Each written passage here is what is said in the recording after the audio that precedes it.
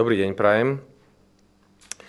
Téma situácie v Grécku a vzťahu k jeho dlhu a k jeho ochote plniť záväzky, ktoré sa zaviazalo plniť, vzhľadom k tomu, že prijalo pomoc, ktorá ho zachránila pred najhorším, je samozrejme téma, ktorá je veľmi dôležitá a veľmi ústredná v poslednom čase.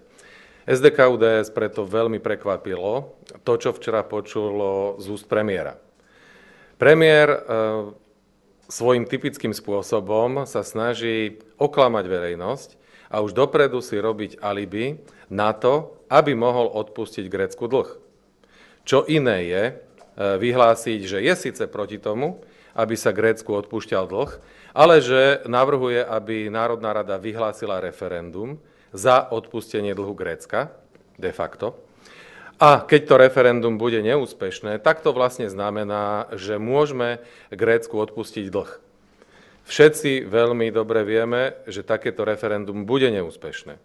To znamená, premiér hovorí o referende s dopredu známym výsledkom a robí si tak alibi preto, aby mohol si umyť ruky a už dnes dohadovať odpustenie dlhu Grécku, odpustenie prostriedkov, ktoré Slovensko vložilo do záchranných programov Grécku.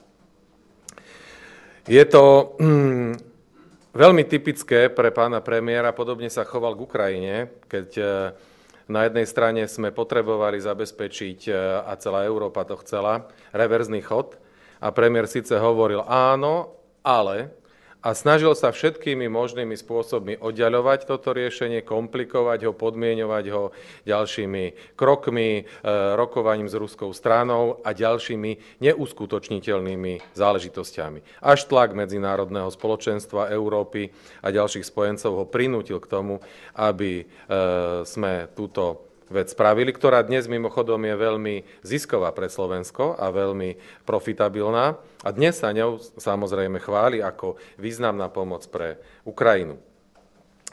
Tu opäť vidno, keď sa vrátim ku gréckemu dlhu, to spojenectvo ľavice, ktorá sa naprieč celou Európou vytvára. Spojenectvo s extrémnou ľavicou v Grécku, s pánom Tsiprasom, kde pán Hollande, francúzsky prezident, okamžite vyslal ústretové signály a pán Fico neváha a okamžite sa chce pripojiť. Pre ľavicu je zmäkčovanie pravidiel a opäť roztáčanie dlhovej špirály veľmi potrebné a veľmi dobré.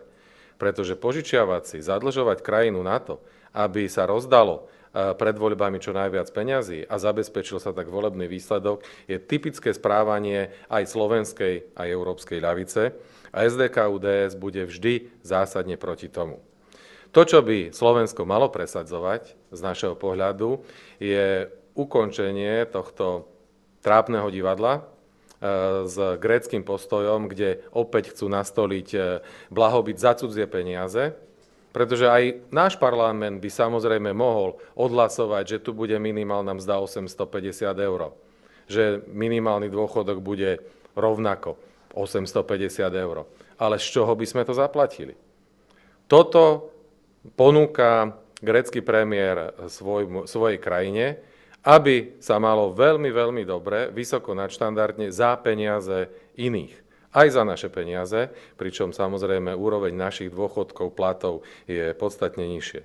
To, čo by bolo treba, pokiaľ Gréci nebudú ochotní pokračovať ďalej v nastolenom kurze, je vystúpenie Grécka z eurozóny. Vystúpenie Grécka z eurozóny by bolo najlepším riešením, hovorím to veľmi dávno, hovorím to od čias, kedy sa diskutovalo o eurovale, pretože na jednej strane by určite upevnilo po úvodnom rozkolísaní aj európsku menu, pretože by ukázalo jej pevnosť, stabilitu a to, že je zložená zo zodpovedných a ekonomicky výkonných krajín, ale hlavne pomohlo by to aj Grécku. Pomohlo by to Grécku, pretože po úvodnom šoku, ktorý by samozrejme nesporne nastal, by došlo k vyrovnaniu ekonomickej situácie a nastoleniu rovnováhy v gréckej ekonomike.